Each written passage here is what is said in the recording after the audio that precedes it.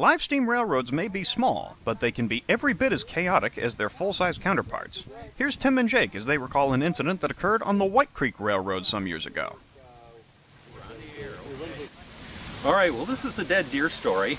I was working freight ops here one time with my steam engine.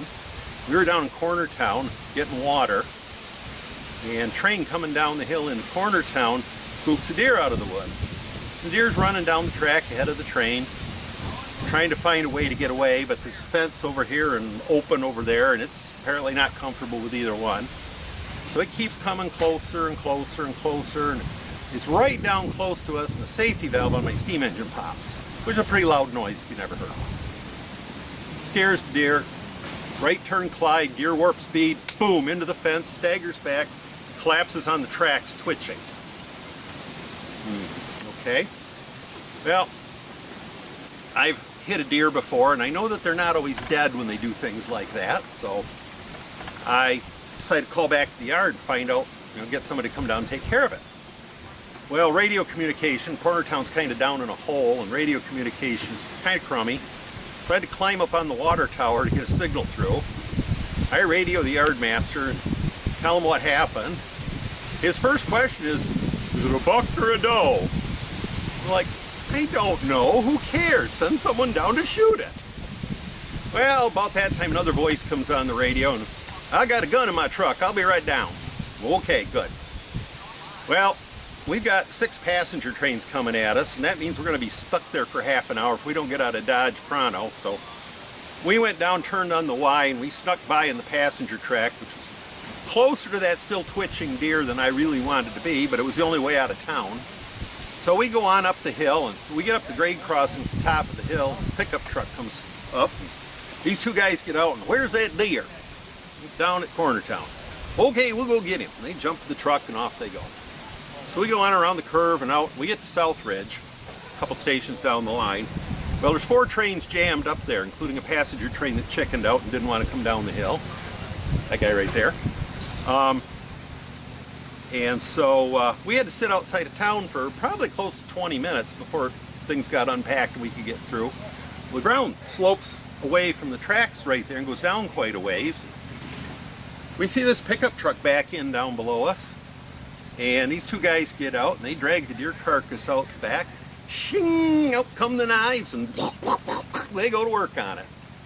Well, my one crewman was a buddy of mine, and the other crew person was his then girlfriend, who it turns out is a bit of a bunny hugger, and she didn't like watching what was going on down below. So she's sitting there with her head down between her knees, and I'm kind of watching this going, please don't throw up on my train. And thereby hangs the deer story. Alrighty, so I'm that passenger train that chickened out. We was coming down into Cornertown, sitting at Wayside, and I see this freight crew, and what the heck are they doing? They're backing up the hill. They've got a couple of engines. I can't figure out what's going on. Well, they get up alongside us, and oh, there's a dead deer down there twitching. Something happened. Okay, great. I've got probably a 4-year-old on my train. I'm no way in hell going down there. So I start backing up. I make it all the way to Southridge. No way I'm going to make the schedule, I'm thinking. Well, Southridge is jammed up. There's 4 or 5 trains in there, and well, I make it through that mess in about 2 minutes, and okay, there's a chance I can get this schedule back. I start heading out, stab another passenger train in the process, but he gets back on schedule. I'm coming into Apple Tree Junction. There's a steam engine working up the hill. Beautiful little Pacific. Very well built, just painted, just overhauled. And he's got a daughter or something like that running the engine. They're flying up this hill. Well, there's another train waiting for me on a block from Apple Tree. And there's an Apple Tree that kind of split up Middle Tree, Apple Tree proper, and then the line from Fremont. The engine's sitting at Fremont, waiting for me, and the engine coming up from Apple Tree is working up the hill. I'm thinking to myself, the rear end of that freight train does not look like it's in the clear of that train working up the hill, but he should see it, and it's doing all right. You get a little closer, and that does not seem like that's going to fit. A little closer, and yeah, still that's not working.